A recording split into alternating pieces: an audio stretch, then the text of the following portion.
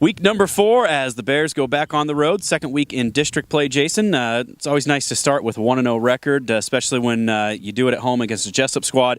Pretty impressive performance by the Bears. Still some things. I know that Coach Peterson's never happy, but some areas that they can work on cleaning up this week. But all in all, a pretty good all-around game Friday night. Good game. There's the balance of this offense has been what I think has stood out to me for the first 3 games. And Bo Cornwell now is second in the state in Class 1A in passing yardage. Leads this Class 1A in touchdown passes.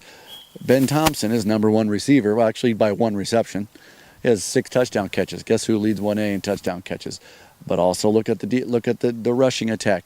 They're within a couple hundred yards of each other, and if they can do that by the end of the season and continue with that, they're going to still continue to find more success. Well, and that's something I know Coach Hirschman talked about. You can't have teams that just load the box and put 8 or 9 guys there because Cornwell's going to drop back, and he's got 3 or 4 guys that are going to get open, find a way to make a play, move the sticks. They soften up, going to take those passes away, then you're going to pound it in there with Cheese and Lukovsky. So that's where really this offensive line is going to be the key, though, to see them continue to develop. Drake Bloom back this week, this past week, his first action, really did some good things, but trying to get them to really cement, be on the same page each and every play.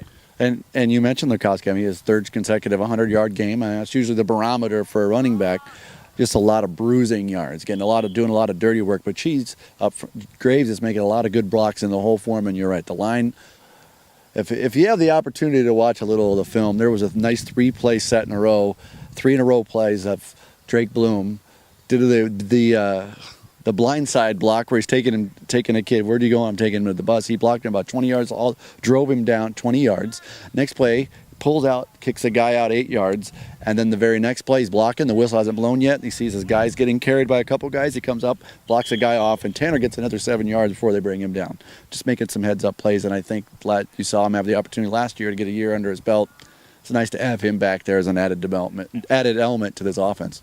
Well, and we've talked about the defense, the last couple weeks. And you look, basically, throw out that first half against West Liberty, and this has been a very stout. I mean, this past Friday night against Jessup, they had a 30-some yard rush. They had a 20-some yard rush. They had like a 15-yard rush.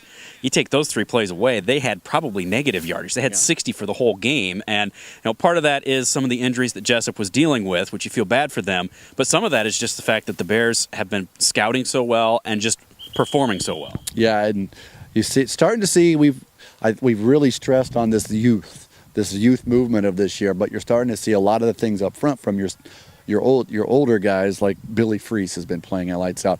Linebacker, old Blackie at linebacker has been fantastic, and Jacob Barnhart filling the gaps up front. He along with Dalen Peterson, and Bloom gets in there, and Javi Z getting in there as well. And this defense, they're ball hawks. There's 4 interceptions for the team by 4 different guys. So. But they're going to get tested a little bit more this week than perhaps, no offense to Jessup, but just looking on paper statistically, they're going to get tested a lot more this week. Yeah, this is a Maquoketa Valley team that when you return your starting quarterback, he played fullback last year, but a guy that saw a lot of carries in the backfield at running back, and then your top receiver as well. You look at Tucker, Hogan, and Hillers. Those 3 guys, look out. They've got a full year, if not more, of experience under the belt. They put up 30-some points on us last year, and it's going to be a much stiffer challenge here come this Friday night. That's a 3-win, no-loss football team. West Branch is a 3-win, no-loss football team. Last time we're traveling to Delhi to play there. The last time we did that was 2014 in the playoffs. We got Ryan Parmley in the playoffs that year. A lot of teams got Ryan Parmley over a 4-year career. He had a great career. I think it was a 38-21 was the final up there. At Delhi. But you're right. Garrett Hogan this year has kind of picked up where Alec McDowell left off the last couple years. He's got somewhere in the vicinity of 400 yards rushing. Second leading rusher at 205 or 206, give or take a yard, is Tyson Tucker. At quarterback, he's also thrown for about 400 yards. He's a do-it-all quarterback, and he's a bigger guy. He's a 6'2", around a 200-pound guy that he's tough to bring down. So the Bears are going to need to break down and get ready to make tackles at the point of need, at the point of contact when they're right there. Otherwise, they're going to slip out, and we're going to see more of the kind of get Joe Kelly like we did the first. He looked like they had put grease on him. We couldn't bring him down. But this is a stout football team they're 3-0 also. They're not going to try to give up they're going to do that protect their house thing, Stephen, I think. Well, and you look, I mean, you talk about balance. I mean, they're 150 some yards through the air, about 225, 230 on the ground. So, I mean, obviously they're a run-first team, but Tucker's not afraid to step back and throw it. And besides Hillers, they've got several other receivers that are willing to go out, make some plays. So, I mean, they've got some athletes. I think they had 4 or 5 guys that they're replacing up on the offensive line, but obviously 3-0, they're starting to make some strides as well. They are, and you look at the statistics of the teams, team offense and team defense. You've got I think Maquoketa Valley's number 1. They're either number 1 or 2 with Bellevue being 1, 2, West Branch is 3 in offense. West Branch is number 1 in total defense. So you got that immovable force against the whatever. What is that? The movable force and the whatever object? Yeah. I think that's what you're going to see Friday. Something's got to give. The weather also is going to play a factor. You look at the daytime high is going to be around 90 degrees. I'm guessing the officials are probably going to give some water breaks, but that might play a factor too. And what usually happens there, the teams that are more hydrated and more conditioned are going to come out on top.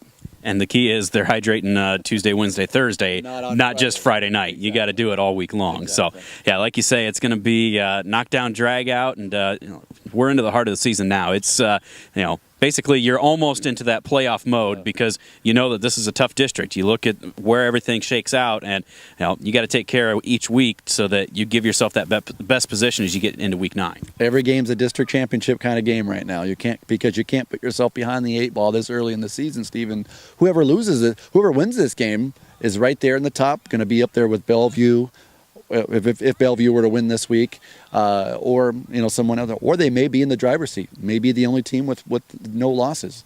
You just never know. But this early, you don't want to put yourself a game behind because with the way the playoff system sits right now, if you're not in the first or second place position, then you play that waiting game of you got to be 2 out of about 30 teams to get a wild card. 2 out of 40 actually. One of 2 teams out of 40 remaining teams that don't make it.